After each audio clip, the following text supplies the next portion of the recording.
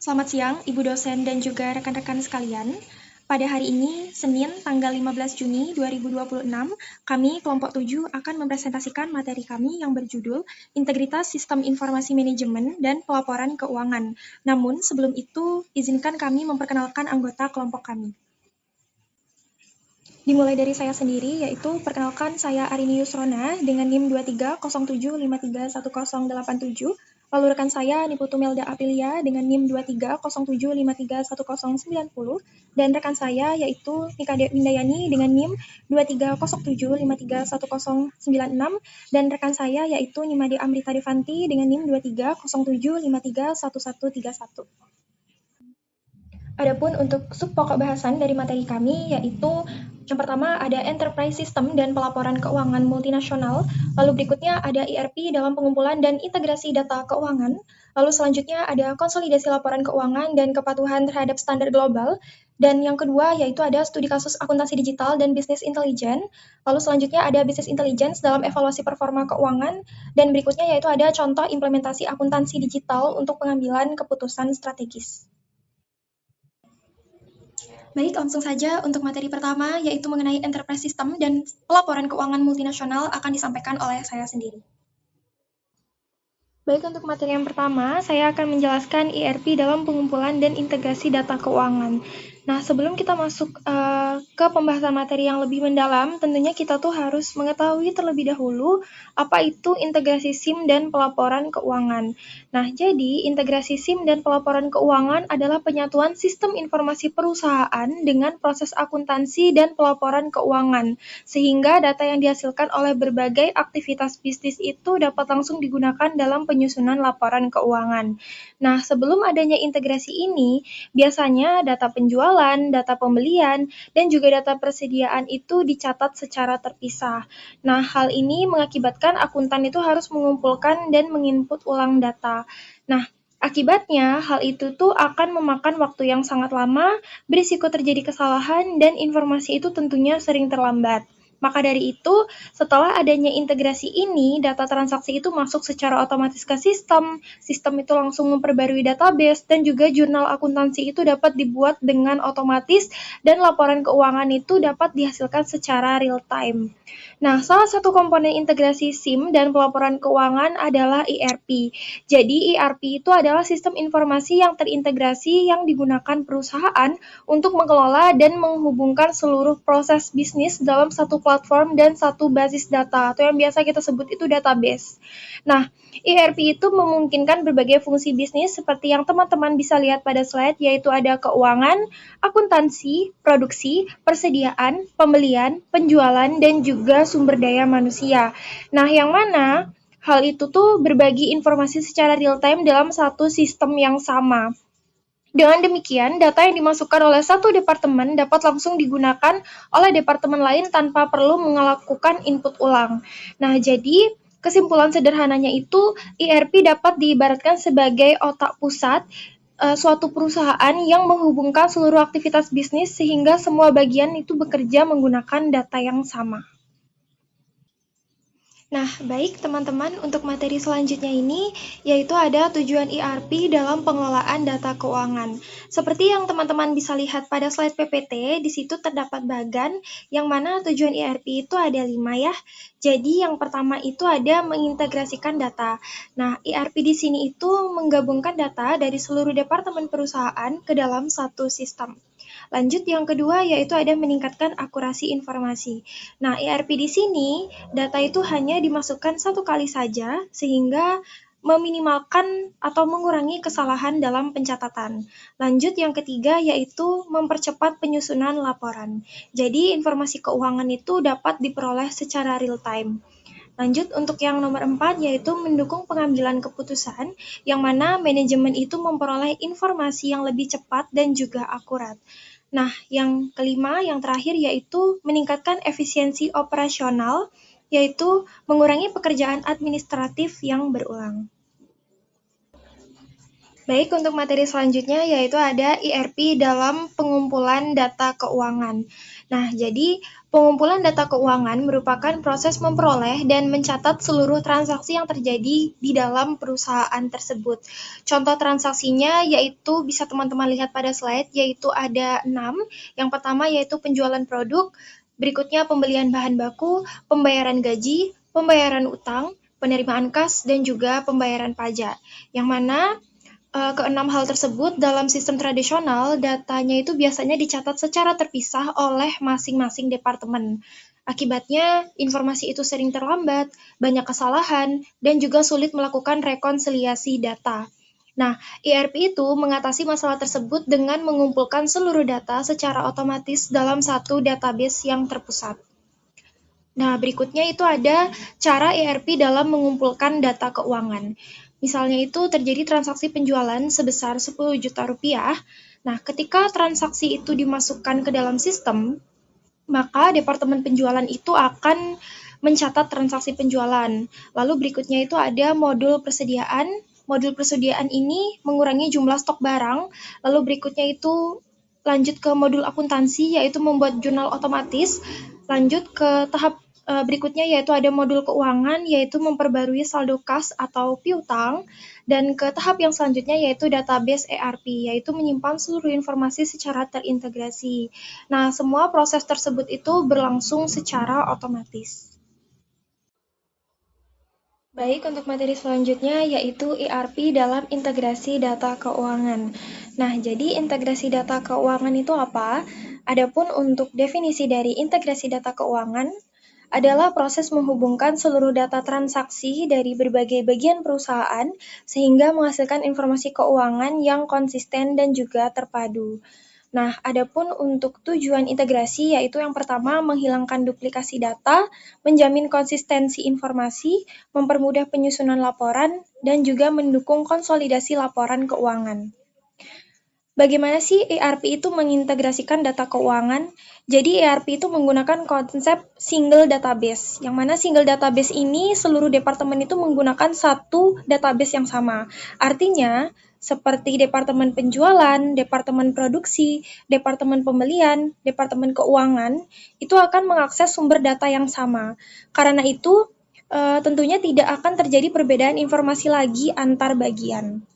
Nah, adapun untuk modul ERP yang berhubungan dengan data keuangan, yang pertama itu ada Financial Accounting. Jadi modul yang menangani itu ada buku besar, piutang, utang, kas, dan juga laporan keuangan. Fungsinya yaitu menghasilkan laporan keuangan perusahaan. Lalu yang kedua ada controlling, yang mana ini digunakan untuk pengendalian biaya, analisis profitabilitas, dan juga evaluasi kinerja. Lalu berikutnya yang ketiga yaitu ada sales and distribution, yang mana ini mengelola penjualan, faktur, pendapatan, dan data dari modul ini itu akan terhubung langsung ke sistem keuangan. Lanjut yang keempat yaitu ada materials management, yang mana ini mengelola pembelian, persediaan, pengadaan barang, dan setiap transaksi pembelian itu akan langsung tercatat dalam sistem akuntansi.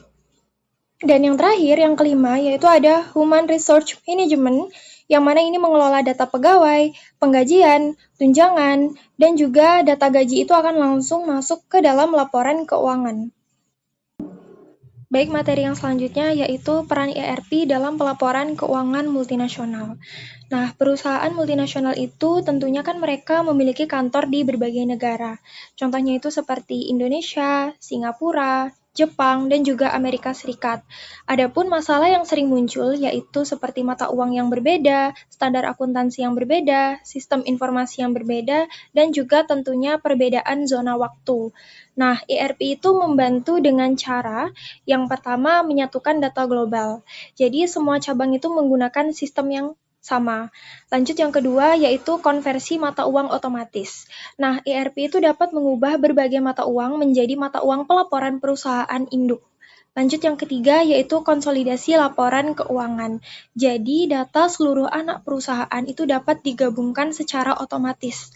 Dan yang keempat yaitu standarisasi proses bisnis. Jadi seluruh cabang itu mengikuti prosedur yang sama. Nah, berikutnya itu ada manfaat ERP dalam pengumpulan dan integrasi data keuangan. Yang pertama yaitu informasinya real time. Jadi data keuangan itu tentunya dapat diakses kapan saja. Lalu yang kedua yaitu mengurangi human error. Jadi tentunya ERP itu mengurangi kesalahan pencatatan manual. Dan yang ketiga yaitu ada efisiensi kerja. Tentunya prosesnya itu lebih cepat dan juga otomatis. Yang keempat itu ada transparansi data. Jadi semua transaksi itu dapat ditelusuri melalui audit trail. Yang kelima itu ada mempermudah audit. Jadi auditor itu dapat menelusuri transaksi dengan lebih mudah. Dan yang keenam yaitu ada mendukung pengambilan keputusan. Jadi manajemen itu memperoleh informasi yang lebih akurat. Lanjut berikutnya yaitu ada tantangan implementasi ERP. Walaupun memiliki banyak manfaat, ERP itu tentunya juga menghadapi beberapa tantangan. Salah satunya yaitu biaya implementasinya tinggi, karena dia memang membutuhkan investasi yang besar. Dan juga pelatihan karyawan, karena pengguna itu tentunya harus memahami sistem baru. Berikutnya itu ada risiko keamanan data, tentunya ancaman peretasan dan juga kebocoran informasi itu juga harus diperhatikan. Lalu berikutnya itu ada resistensi perubahan. Karena sebagai karyawan sulit beradaptasi dengan sistem baru tentunya kalau di perusahaan-perusahaan multinasional tersebut. Baik, berikutnya itu ada contoh kasus sederhana. Jadi, misalnya sebuah perusahaan retail itu memiliki bagian penjualan, gudang, akuntansi, dan juga keuangan. Nah, ketika kasir itu menjual produk, tentunya itu kan ada sistem yang mencatat penjualan. Lalu ada stok barang yang berkurang otomatis, dan pendapatan juga bertambah otomatis. Lalu jurnal akuntansinya juga dibuat otomatis, dan saldo kasnya tentunya itu diperbarui, dan laporan laba ruginya tentunya juga akan diperbarui. Nah, itu dalam hitungan detik seluruh departemen itu akan memperoleh informasi yang sama. Nah, inilah yang disebut pengumpulan dan integrasi data keuangan melalui ERP. Jadi, kesimpulannya, ERP atau Enterprise Resource Planning merupakan sistem informasi terintegrasi yang berfungsi mengumpulkan, mengelola, dan mengintegrasikan data keuangan dari seluruh aktivitas bisnis perusahaan ke dalam satu basis data terpusat. Melalui ERP, setiap transaksi yang terjadi pada berbagai departemen dapat diproses secara otomatis dan juga real-time, sehingga menghasilkan informasi keuangan yang akurat, konsisten, dan juga relevan. Dalam perusahaan multinasional, ERP berperan penting dalam menyatukan data dari berbagai negara, mendukung konsolidasi laporan keuangan, serta meningkatkan efisiensi dan kualitas pengambilan keputusan manajemen. Baik, sekian materi yang dapat saya sampaikan. Untuk materi selanjutnya akan disampaikan oleh rekan saya. Baik, terima kasih atas waktunya. Tadi kita sudah membahas mengenai enterprise system dan hubungannya dengan data keuangan. Sekarang kita akan membahas lebih lanjut di bagian keuangannya. Nah, jadi yang akan kita bahas sekarang itu adalah konsolidasi laporan keuangan dan kepatuhan terhadap standar global. Apa itu laporan keuangan konsolidasi? Jadi, laporan keuangan konsolidasi adalah gabungan seluruh laporan keuangan dari perusahaan induk dan anak-anak perusahaannya sebagai suatu entitas ekonomi tunggal, di mana sebenarnya masing-masing perusahaan ini, baik itu induk maupun anak-anak perusahaannya itu pasti sudah memiliki laporan keuangannya masing-masing.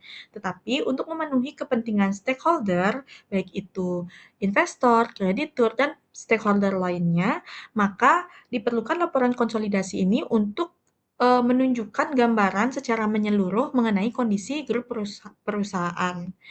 Nah, maka dari itu dibuatlah laporan konsolidasi ini. Baik, selanjutnya ada standar global pelaporan keuangan konsolidasi. Dikarenakan kita membahas mengenai perusahaan multinasional, maka pedoman atau standar yang digunakan adalah standar internasional, yaitu IFRS 10. Di mana IFRS 10 ini adalah standar akuntansi internasional yang mengatur penyusunan dan penyajian laporan keuangan konsolidasi. Di mana tujuan dari IFRS 10 adalah untuk memastikan bahwa perusahaan yang mengendalikan satu atau lebih entitas menyajikan laporan keuangan konsolidasi sehingga posisi keuangan, kinerja keuangan dan arus kas grup perusahaan dapat dilihat sebagai satu kesatuan ekonomi. Di mana prinsip-prinsip dari IFRS 10 ini adalah yang pertama, perusahaan induk wajib mengonsolidasikan anak perusahaan yang dikendalikannya. Kemudian yang kedua, konsolidasi dilakukan berdasarkan konsep kontrol atau pengendalian. Kemudian yang ketiga, menentukan apakah investor memiliki kendali atas investasi sehingga harus dikonsolidasikan. Kemudian yang keempat, mengatur prosedur dan persyaratan akuntansi dalam laporan keuangan konsolidasi. Dan yang terakhir, entitas investasi tertentu itu diperbolehkan tidak mengonsolidasikan anak perusahaannya. Di mana intinya prinsip IFRS 10 ini adalah memastikan bahwa perusahaan itu memiliki kendali atas anak perusahaannya sehingga informasi yang disampaikan dalam laporan konsolidasi itu sudah lengkap dan benar-benar menggambarkan seluruh grup perusahaan secara keseluruhan. Nah, selanjutnya di sini perusahaan multinasional itu menghadapi tantangan dalam pelaporan keuangan konsolidasi. Yang pertama itu adalah eliminasi transaksi antar perusahaan, yaitu biasanya terjadinya perhitungan ganda di mana semua transaksi internal grup seperti penjualan, utang piutang, dan pembayaran bunga antara anak perusahaan itu harus diidentifikasi dan dihapuskan untuk menghindari perhitungan ganda. Kemudian yang kedua ada rekonsiliasi yang rumit di mana volume transaksi yang antar perusahaan yang besar itu sering terhalang oleh perbedaan waktu atau time zone dan pencatatan nilai tukar sehingga proses penutupan buku menjadi lebih lama. Kemudian tantangan selanjutnya itu ada di teknologi dan otomasi, di mana ada sistem yang terfragmentasi, di mana penggunaan sistem akuntansi yang berbeda di tiap negara itu seringkali memaksa entitas melakukan konsolidasi manual yang rentan terhadap kesalahan data dan keterlambatan pelaporan. Dan yang terakhir itu adalah kebutuhan integrasi di mana dibutuhkan integrasi data untuk mengefisienkan pelaporan keuangan konsolidasi ini. Kemudian tantangan selanjutnya itu adalah hambatan standar akuntansi lintas negara, di mana keanekaragaman regulasi membuat anak perusahaan itu tunduk pada hukum pajak ataupun regulasi lokal yang berbeda-beda. Misalnya di Indonesia ada PSAK, di US ada GAAP, sehingga eh, keanekaragaman regulasi ini menjadi suatu hambatan dalam pelaporan konsolidasi perusahaan multinasional. Nah, selanjutnya ada kepatuhan pajak internasional, di mana peraturan pajak global atau perusahaan multinasional ini harus mematuhi eh, peraturan-peraturan internasional mengenai perpajakan sehingga hal ini harus didokumentasikan dengan baik dan agar tidak menimbulkan masalah audit nantinya. Nah, kembali kita membahas mengenai enterprise system. Jadi, bagaimana peran enterprise system ini pada laporan keuangan konsolidasi? Yaitu yang pertama adalah ERP dapat melakukan integrasi data lintas entitas, di mana ERP bisa menyatukan data keuangan dari berbagai cabang, divisi, atau anak perusahaan yang berada di berbagai negara ke dalam suatu database terpusat. Yang kedua, eliminasi otomatis, di mana ERP dapat secara otomatis mengidentifikasi dan menghapus transaksi internal seperti utang piutang atau penjualan antar cabang untuk mencegah pelaporan ganda. Kemudian yang ketiga, visibilitas real time di mana ERP menyediakan dashboard langsung sehingga manajemen dapat memantau kinerja keuangan gabungan setiap saat dan bukan hanya pada akhir periode pelaporan saja seperti yang biasanya dilakukan jika dengan cara manual. Kemudian yang keempat, kepatuhan dan transparansi di mana ERP dapat membantu memenuhi kepatuhan terhadap standar akuntansi seperti PSAK ataupun IFRS dan memudahkan pelacakan audit. Dan yang terakhir adalah standarisasi bagan akun atau chart of accounts, di mana memastikan setiap unit bisnis menggunakan format pelaporan dan standar akuntansi yang seragam sehingga tidak lagi ada perbedaan yang membuat harus disesuaikan secara manual. Nah, dapat dilihat dalam peran enterprise system ini bisa mengakomodasi atau meminimalisir hambatan-hambatan atau tantangan-tantangan yang saya jelaskan tadi yang dihadapi oleh perusahaan multinasional. Baik, di sini saya membawakan satu contoh studi kasus penerapan ERP dalam laporan keuangan konsolidasi perusahaan multinasional, yaitu dari perusahaan OMV. Jadi, perusahaan OMV ini merupakan perusahaan energi multinasional yang berkantor di pusat di Wina, Austria, dan bergerak di bidang eksplorasi, produksi, pengolahan, serta distribusi minyak dan gas, serta petrokimia, di mana OMV ini beroperasi di berbagai negara dan memiliki banyak anak perusahaan seperti Romania, di Norway, Jerman, dan banyak negara lainnya. Di mana OMV di sini mengimplementasikan salah satu sistem ERP, yaitu namanya SAP S4 HANA, yaitu merupakan sistem Enterprise Resource Planning atau ERP generasi terbaru dari SAP yang dirancang untuk mengintegrasikan berbagai proses bisnis dalam suatu platform terpusat, di mana akan saya jelaskan lebih detail pada slide selanjutnya. Jadi latar belakang studi kasus ini itu adalah OMV menggunakan banyak sistem dan standar pelaporan yang berbeda-beda sehingga sulit memperoleh gambaran keuangan grup secara menyeluruh. Di mana pokok permasalahannya itu yang pertama, terdapat 170 company codes yang tersebar di berbagai negara yang dimiliki oleh OMV. Kemudian yang kedua itu adalah masing-masing perusahaannya itu totalnya menggunakan sebanyak 9 chart of accounts yang berbeda-beda. Kemudian yang ketiga itu adalah proses konsolidasi data keuangan itu memerlukan data warehouse terpisah sehingga sulit menghasilkan laporan keuangan grup yang seragam dan juga cepat. Nah, adapun solusi dan hasil implementasi yang diterapkan oleh OMV yaitu OMV mengimplementasikan SAP S/4HANA sebagai sistem ERP terintegrasi untuk menyatukan proses bisnis dan pelaporan keuangan global, di mana sistem ini memungkinkan seluruh entitas menggunakan standar data dan proses yang lebih konsisten dan seragam. Di mana hasil implementasinya itu yang pertama, konsolidasi 170 company codes itu dalam suatu sistem SAP. Kemudian pelaporan keuangan itu menjadi lebih cepat dan terintegrasi karena berada dalam satu sistem. Kemudian standarisasi data keuangan antar negara yang sudah konsisten karena menggunakan satu standar dan memudahkan konsolidasi laporan keuangan grup atau laporan keuangan perusahaan multinasional. Mungkin sekian yang dapat saya sampaikan, akan dilanjutkan oleh rekan saya. Terima kasih. Baik, untuk materi selanjutnya yaitu mengenai studi kasus bisnis intelligence dan juga akuntansi digital. Baik, terima kasih atas waktunya yang telah diberikan kepada saya. Perkenalkan, saya Niputu Melda Aprilia dengan akhiran NIM 090 akan membahas materi mengenai studi kasus bisnis intelligence. Nah, sebelum masuk ke studi kasusnya, kita masuk dulu mengenai pengertian dari business intelligence. Nah, jadi business intelligence itu merupakan serangkaian teknologi, aplikasi, dan proses yang digunakan untuk mengumpulkan, mengintegrasikan, menganalisis, dan juga menyajikan data menjadi sebuah informasi yang berguna bagi organisasi. Nah, business intelligence ini tuh membantu perusahaan mengubah data mentah menjadi informasi yang mudah dipahami sehingga dapat digunakan sebagai dasar dalam pengambilan keputusan yang lebih efektif. Nah, tujuan utamanya yaitu adalah untuk mengumpulkan dan menganalisis data dari berbagai sumber untuk meningkatkan kinerja organisasi dan juga mendukung pengambilan keputusan berbasis data. Nah, dalam perkembangannya, business intelligence ini tuh banyak digunakan untuk mengelola data dalam jumlah yang besar melalui dashboard interaktif, laporan analitis, kemudian ada visualisasi data yang memungkinkan penggunanya itu mendapatkan informasi secara cepat dan akurat.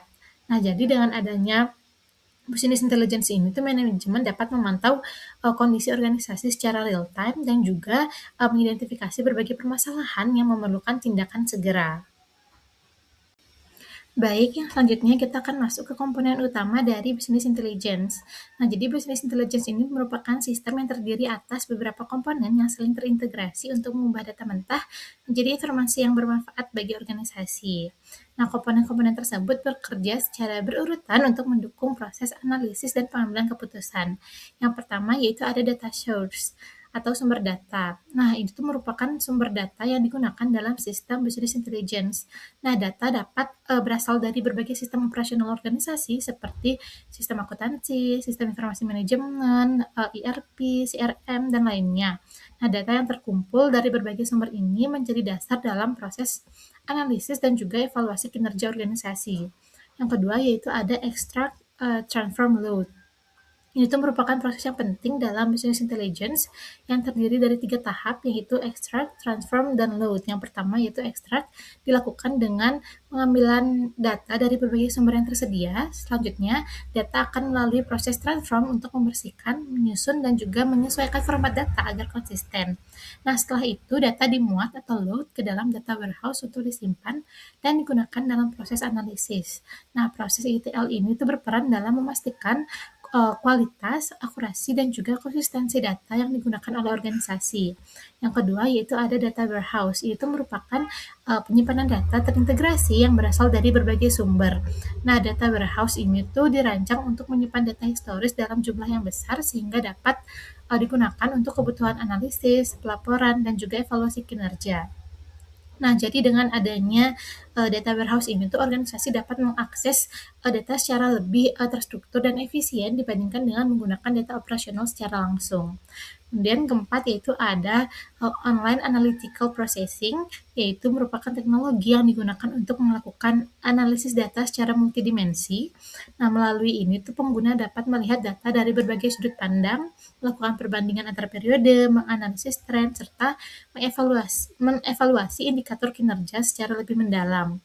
Nah, dalam konteks keuangan, ini tuh dapat digunakan untuk menganalisis pendapatan, pengeluaran, arus kas, maupun rasio keuangan berdasarkan periode, unit kinerja, dan juga kategori tertentu. Kemudian ada dashboard dan reporting. Itu merupakan komponen yang berfungsi menyajikan hasil analisis dalam bentuk visual yang mudah dipahami. Nah, dashboard biasanya itu menampilkan grafik, tabel, indikator kinerja utama, dan laporan interaktif yang membantu manajemen untuk memantau kondisi organisasi secara real time. Nah, jadi melalui dashboard, informasi yang kompleks ini dapat disajikan secara ringkas sehingga mendukung proses pengambilan keputusan yang lebih cepat dan tepat. Lalu kita lanjut ke peran business intelligence dalam evaluasi performa keuangan. Nah, evaluasi performa keuangan ini kan merupakan proses penilaian terhadap kondisi dan kinerja keuangan suatu organisasi berdasarkan berbagai indikator keuangan. Nah, dalam proses tersebut, business intelligence itu berperan sebagai alat yang membantu mengintegrasikan data keuangan dari berbagai sumber dan menyajikannya dalam bentuk yang lebih mudah dipahami. Nah, penerapan business intelligence dalam evaluasi performa keuangan ini dapat membantu organisasi untuk yang pertama itu menganalisis pendapatan dan pengeluaran. Jadi, business intelligence ini tuh memungkinkan perusahaan memantau realisasi pendapatan dan pengeluaran secara berkala sehingga manajemen ini dapat mengetahui kondisi keuangan organisasi dengan lebih cepat dan akurat. Kemudian ada memantau profitabilitas. Nah, melalui dashboard interaktif, manajemen ini dapat mengevaluasi kemampuan perusahaan dalam menghasilkan laba serta mengidentifikasi faktor-faktor yang mempengaruhi tingkat profitabilitas perusahaan. Kemudian ada juga penelitian yang menunjukkan bahwa penerapan dari business intelligence itu memberikan dampak positif terhadap performa keuangan organisasi dan juga membantu meningkatkan kualitas pengambilan keputusan. Kemudian ada mengelola arus kas dan piutang. Nah, business intelligence ini tuh membantu organisasi memantau arus kas, saldo kas, serta piutang yang belum tertagih sehingga potensi masalah likuiditas dapat diketahui lebih awal. Selanjutnya yaitu ada mengevaluasi rasio keuangan. Jadi dashboard business intelligence ini tuh dapat digunakan untuk menyajikan berbagai rasio keuangan seperti rasio profitabilitas, likuiditas, dan juga solvabilitas yang menjadi indikator penting dalam menilai kesehatan keuangan organisasi. Kemudian yang terakhir ada mendukung pengambilan keputusan strategis. Nah, informasi yang dihasilkan dari sistem business intelligence ini tuh memungkinkan manajemen mengambil keputusan yang lebih cepat, tepat, dan juga berbasis data sehingga dapat meningkatkan efektivitas pengelolaan keuangan perusahaan. Untuk selanjutnya yaitu mengenai manfaat business intelligence dalam evaluasi performa keuangan. Nah, penerapan business intelligence itu kan memberikan berbagai manfaat dalam proses evaluasi performa keuangan organisasi. Nah, salah satu manfaat utamanya itu adalah kemampuannya dalam menyajikan informasi keuangan secara cepat dan akurat. Nah, melalui dashboard interaktif, manajemen ini dapat memperoleh gambaran kondisi keuangan organisasi tanpa harus melakukan pengolahan data secara manual. Nah, secara umum manfaat business intelligence dalam evaluasi performa keuangan yaitu meliputi menyediakan informasi keuangan secara real time, meningkatkan akurasi dan konsistensi data, mempermudah pemantauan indikator kinerja keuangan, kemudian juga membantu mengidentifikasi masalah keuangan lebih cepat dan juga mendukung pengambilan keputusan strategis berbasis data serta meningkatkan efektivitas pengelolaan keuangan organisasi. Selanjutnya kita masuk ke studi kasus penerapan business intelligence dalam evaluasi performa keuangan, yaitu pada Pusat Pelayanan Teknologi BRIN. Nah, salah satu contoh penerapan dari business intelligence dalam evaluasi performa keuangan ini dapat dilihat pada penelitian yang dilakukan oleh Damayanti Larasati dan kawan-kawan, yang berjudul Business Intelligence Dashboard for Financial Performance Analysis of Public Service Agency using Microsoft Power BI. Nah, penelitian ini tuh dilakukan pada Badan Layanan Umum Pusat Layanan Teknologi BRIN dengan tujuan membangun dashboard business intelligence yang dapat membantu pimpinan dalam memantau dan mengevaluasi kinerja keuangan. Nah, kita masuk ke latar belakangnya, yaitu Pusat Pelayanan Teknologi Badan Riset dan Inovasi Nasional ini kan merupakan salah satu layanan umum badan layanan umum yang mengelola berbagai aktivitas keuangan seperti pendapatan, belanja, piutang, dan juga saldo kas. Nah, dalam pelaksanaannya, organisasi ini menghadapi permasalahan berupa penurunan saldo kas yang cukup signifikan. Selain itu, proses analisis data keuangan masih dilakukan secara manual menggunakan Microsoft Excel, sehingga menyulitkan manajemen dalam memantau kondisi keuangan secara cepat dan akurat. Nah, untuk mengatasi permasalahan tersebut, BRIN ini tuh menerapkan business intelligence melalui pengembangan dashboard keuangan menggunakan Microsoft Power BI. Tujuan penerapan BI ini tuh adalah untuk membantu pimpinan memperoleh informasi keuangan secara real time sehingga dapat melakukan evaluasi performa keuangan secara lebih efektif. Selanjutnya, implementasi business intelligence. Nah, penerapan dari business intelligence ini tuh diawali dengan pengumpulan data keuangan dari berbagai sumber, kemudian dilakukan proses extract, transform, load, dan menyimpan data ke dalam data warehouse. Nah, selanjutnya data diolah dan divisualisasikan menggunakan Microsoft Power BI dalam bentuk dashboard interaktif yang menampilkan berbagai indikator keuangan penting. Nah, dashboard tersebut menyajikan informasi mengenai realisasi pendapatan, realisasi belanja, saldo kas BLU, kemudian piutang usaha, tren rasio keuangan dari tahun 2019 sampai dengan tahun 2023, dan juga proyeksi saldo kas pada periode berikutnya.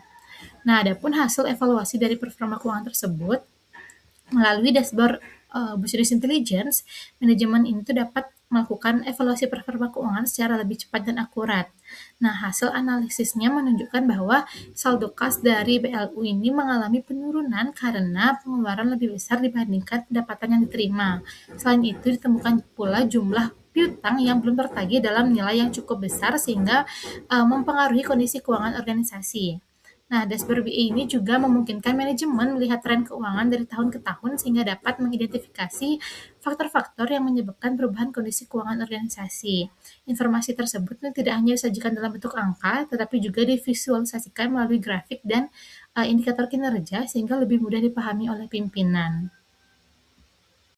Selanjutnya yaitu dampak penerapan business intelligence. Nah, penerapan business intelligence ini tuh memberikan berbagai manfaat bagi organisasi, yaitu mempercepat proses analisis dan pelaporan keuangan, kemudian memudahkan pemantauan pendapatan, belanja, piutang, dan juga saldo kas secara real time, kemudian membantu manajemen mengidentifikasi penyebab penurunan kinerja keuangan, kemudian mendukung pengambilan keputusan yang lebih tepat berbasis data, dan juga membantu penyusunan strategis untuk meningkatkan kesehatan keuangan organisasi.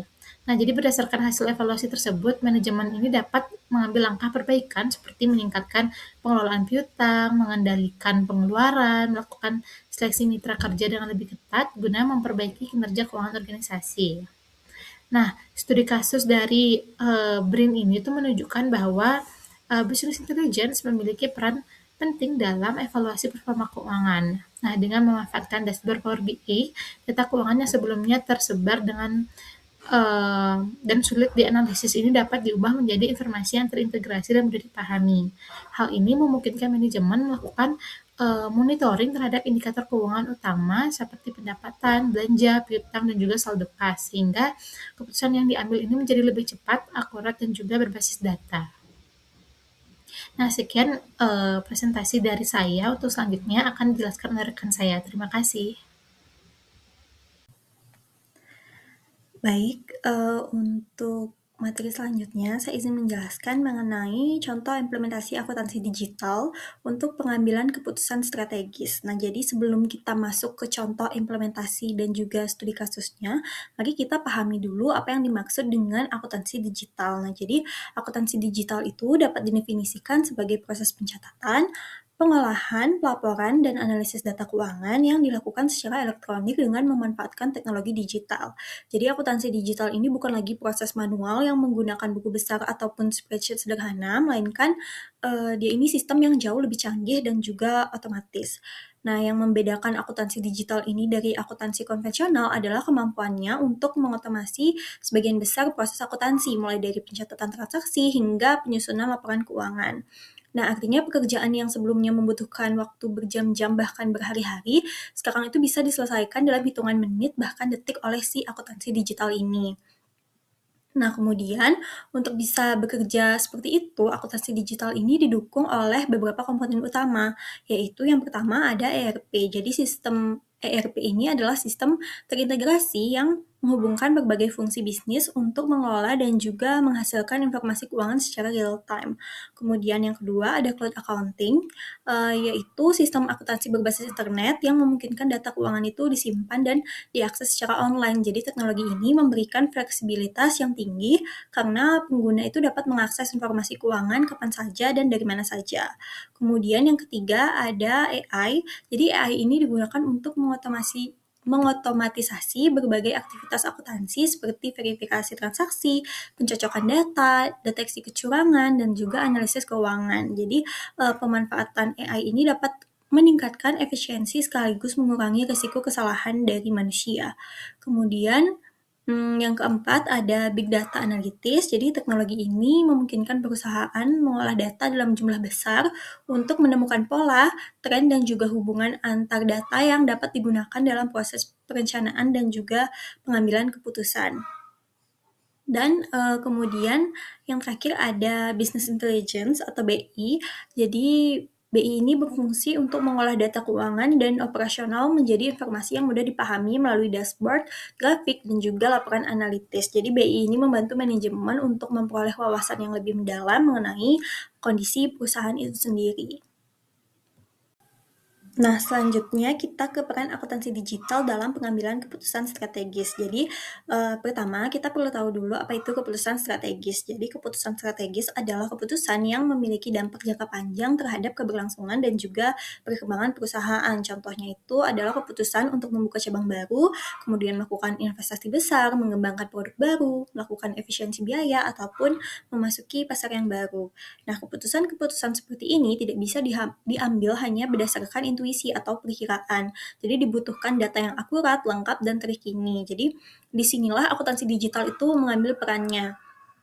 Jadi akuntansi digital ini membantu memenuhi kebutuhan tersebut karena mampu menghasilkan informasi keuangan secara real time. Sebagai contoh, apabila perusahaan itu mengalami penurunan laba, sistem akuntansi digital dapat menunjukkan sumber permasalahan secara cepat, apakah berasal dari meningkatnya biaya operasional, menurunnya penjualan, ataupun faktor lainnya. Nah, dengan demikian, manajemen itu dapat segera menentukan strategi yang tepat berdasarkan data yang tersedia. Hal ini menunjukkan bahwa akuntansi digital itu tidak hanya berfungsi sebagai alat pencatatan transaksi, tetapi juga sebagai alat pendukung pengambilan keputusan strategis yang berbasis data. Nah, kemudian kita ke contoh implementasi akuntansi digital untuk pengambilan keputusan strategis. Jadi yang pertama itu ada pengendalian biaya operasi. Jadi sistem akuntansi digital ini dapat menunjukkan secara rinci biaya yang dikeluarkan oleh setiap divisi. Misalnya divisi mana yang pengeluarannya paling besar, pos biaya apa yang paling membengkak, atau apakah ada pemborosan yang tidak perlu. Jadi dengan informasi ini, manajemen dapat mengidentifikasi area yang kurang efisien dan segera mengambil langkah penghematan yang tepat. Jadi dalam praktiknya sistem ini juga bisa membandingkan realisasi biaya dengan anggaran yang sudah ditetapkan sehingga penyimpangan itu bisa langsung terdeteksi. Kemudian yang kedua itu analisis profitabilitas produk. Jadi sistem dapat menghitung keuntungan dari setiap produk yang dijual secara terperinci, dan dengan demikian perusahaan itu bisa menentukan produk mana yang paling menguntungkan dan perlu dikembangkan, kemudian produk mana yang perlu dipertahankan tapi diperbaiki, dan juga produk mana yang justru merugikan sehingga perlu untuk dihentikan. Jadi analisis ini juga membantu perusahaan dalam menetapkan harga jual yang lebih strategis dan juga kompetitif karena berbasis data biaya yang akurat dan bukan hanya sekedar perkiraan saja. Kemudian yang ketiga yaitu perencanaan ekspansi bisnis. Jadi melalui analisis data keuangan dan juga penjualan, perusahaan itu dapat menentukan wilayah mana yang memiliki potensi pertumbuhan tertinggi, sehingga keputusan untuk membuka cabang baru itu menjadi lebih terukur dan juga berbasis data. Misalnya, perusahaan retail itu bisa menganalisis data penjualan per wilayahnya, kemudian perilaku konsumen, dan juga daya beli masyarakat di suatu daerah sebelum memutuskan untuk membuka toko baru di sana. Jadi, resiko ekspansi yang gagal pun bisa diminimalisir. Baik, di sini selanjutnya untuk kita dapat memperjelas pemahaman kita, di sini saya ambil kasus dari Gojek.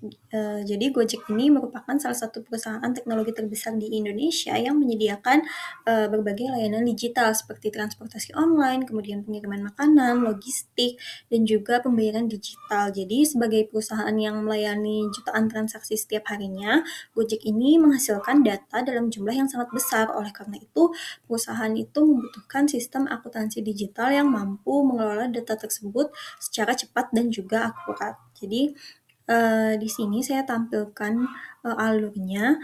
Jadi ketika pelanggan itu menggunakan layanan Gojek, misalnya dia memesan makanan melalui GoFood, sistem itu akan tercatat otomatis seluruh transaksi yang terjadi. Jadi data yang dicatat itu tidak hanya mencakup nilai transaksi, tetapi juga biaya layanan, komisi yang diterima perusahaan, pendapatan mitra pengemudi, serta metode pembayaran yang digunakan. Nah, seluruh data tersebut kemudian terintegrasi ke dalam sistem informasi perusahaan dan diolah oleh sistem akuntansi digital menjadi berbagai laporan keuangan dan juga laporan kinerja bisnis. Nah, dengan adanya sistem ini, manajemen itu bisa memperoleh informasi secara real time mengenai pendapatan perusahaan, biaya operasional, keuntungan dari masing-masing layanan, dan juga tren penggunaan layanan oleh pelanggan. Kemudian, informasi yang dihasilkan dari akuntansi digital itu selanjutnya dianalisis oleh manajer perusahaan sebagai dasar dalam pengambilan keputusan strategis. Sebagai contoh, manajemen dapat menganalisis layanan mana yang memberikan kontribusi pendapatan terbesar bagi perusahaan. Jika data menunjukkan bahwa layanan GoFood mengalami pertumbuhan yang signifikan dibandingkan layanan lainnya, perusahaan dapat memutuskan untuk meningkatkan investasi pada layanan tersebut, seperti memperluas kerjasama dengan restoran, ataupun meningkatkan promosi kepada pelanggan. Nah, selain itu, Gojek juga dapat menganalisis data transaksi berdasarkan wilayahnya. Apabila suatu daerah itu menunjukkan tingkat permintaan yang tinggi terhadap layanan tertentu, perusahaan dapat menambah jumlah mitra pengemudi ataupun memperluas jangkauan layanan di wilayah tersebut. Nah, sebaliknya, jika terdapat wilayah yang memiliki tingkat transaksi rendah, perusahaan dapat mengevaluasi strategi operasional yang diterapkan. Kemudian, akuntansi digital ini juga membantu Gojek untuk mengevaluasi efektivitas program promosi. Sebagai contoh, ketika perusahaan itu memberikan diskon ataupun cashback kepada pelanggan, sistem ini dapat menunjukkan apakah program tersebut berhasil meningkatkan jumlah transaksi dan juga pendapatan atau justru menimbulkan biaya yang lebih besar dibandingkan manfaat yang diperoleh. Nah, informasi ini sangat penting untuk menentukan apakah suatu program promosi perlu dilanjutkan, diperbaiki, ataupun dihentikan. Nah, jadi dari studi kasus ini dapat dilihat bahwa akuntansi digital itu tidak hanya berfungsi sebagai alat pencatatan transaksi, tetapi juga sebagai sumber informasi strategis yang membantu perusahaan dalam menentukan arah bisnis, mengalokasikan sumber daya, dan juga meningkatkan kinerja perusahaan secara keseluruhan. Baik, kemudian kita ke manfaat dan juga tantangan dari implementasi akuntansi digital. Nah, jadi yang pertama itu manfaatnya. Jadi, manfaat yang pertama itu informasi keuangan itu tersedia secara real time. Jadi, pengambilan keputusan itu bisa dilakukan lebih cepat dan juga tepat, kemudian mengurangi human error karena proses otomatis. Jadi, risiko kesalahan yang disebabkan oleh faktor manusia itu bisa jauh lebih kecil. Kemudian meningkatkan efisiensi dan juga produktivitas, jadi pekerjaan yang sebelumnya membutuhkan banyak waktu dan tenaga bisa diselesaikan secara lebih cepat. Kemudian manfaat selanjutnya itu mempermudah proses analisis keuangan, itu karena data yang sudah tersaji dalam format yang sudah terstruktur dan mudah dianalisis. Kemudian yang selanjutnya itu mendukung keputusan strategis yang lebih akurat karena dia berbasis data yang valid dan juga terkini. Dan manfaat terakhir yaitu meningkatkan daya saing perusahaan karena perusahaan yang mengadopsi teknologi lebih cepat itu cenderung lebih unggul dibanding kompetitornya. Kemudian di samping manfaat dari akuntansi digital, ada pun tantangannya, yaitu tantangan yang pertama, biaya implementasi sistem yang tinggi. Nah, terutama untuk perusahaan kecil dan menengah. Jadi investasi awal untuk sistem ERP atau BI itu bisa sangat besar. Kemudian tantangan yang kedua itu kebutuhan pelatihan karyawan. Jadi karena tidak semua karyawan itu langsung bisa menggunakan sistem baru, jadi dibutuhkan waktu dan biaya untuk melakukan pelatihan. Nah, kemudian tantangan selanjutnya itu resiko keamanan dan juga kebocoran data. Jadi karena semakin banyak data yang tersimpan secara digital, maka semakin besar pula resiko serangan cyber ataupun kebocoran data sensitif perusahaan. Kemudian selanjutnya itu ketergantungan pada teknologi. Dan jika sistem ini mengalami gangguan atau down, operasionalnya itu bisa saja terhenti. Kemudian tantangan yang terakhir yaitu perubahan budaya kerja dalam organisasi karena transisi dari sistem manual ke digital itu seringkali menghadapi resistensi dari karyawan yang sudah terbiasa dengan cara lama. Mungkin sekian penjelasan dari saya. Untuk selanjutnya, saya kembalikan ke moderator. Terima kasih. Baik, itu tadi penyampaian materi dari kelompok kami yang berjudul Integritas Sistem Informasi Manajemen dan Pelaporan Keuangan. Bagi rekan-rekan yang memiliki pertanyaan pada kelompok kami, harap mencantumkan pertanyaannya pada kolom komentar video YouTube kami. Sekian yang dapat saya sampaikan. Terima kasih dan selamat siang.